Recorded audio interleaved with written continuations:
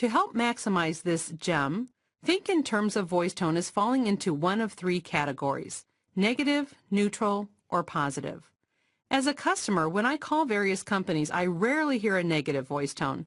Company representatives usually know better than to use that voice tone because it can start a fight by provoking a customer to become negative or agitated or even angry. I do occasionally hear a positive voice tone. However, the type that is heard all too often is the neutral voice tone. And which of these three voice tones do you think is the worst? Now, we might be inclined to say negative, which is still bad, but the absolute worst voice tone is actually neutral.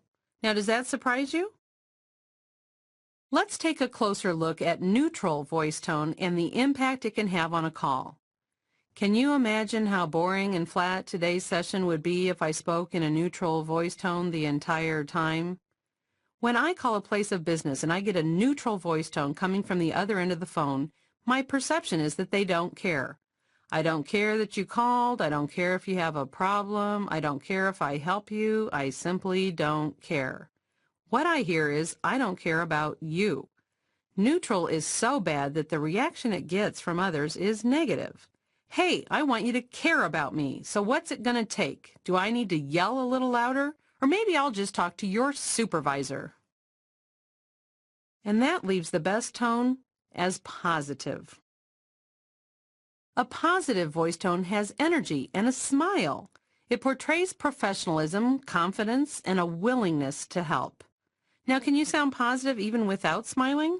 Sure you can, and sometimes that is actually a good decision to make.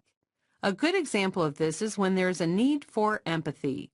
Empathy is an example of a positive voice tone without a 10-gallon hat smile. It is a voice tone that sounds concerned as appropriate to the situation at hand. For example, a simple, "Oh no," or "I'm sorry to hear that.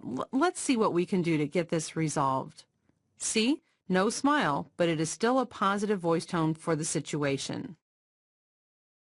Is there ever a positive voice tone that can actually be perceived as negative? For instance, you call a company with a question or a problem and get Perky Polly or Perky Pete waiting to make your day special. What do you want to do? A positive tone can sometimes sound too perky, bubbly, or sickening sweet. It's over the top, which comes across as a negative tone. The danger of a perky voice tone is that it can come across as either fakey or flaky.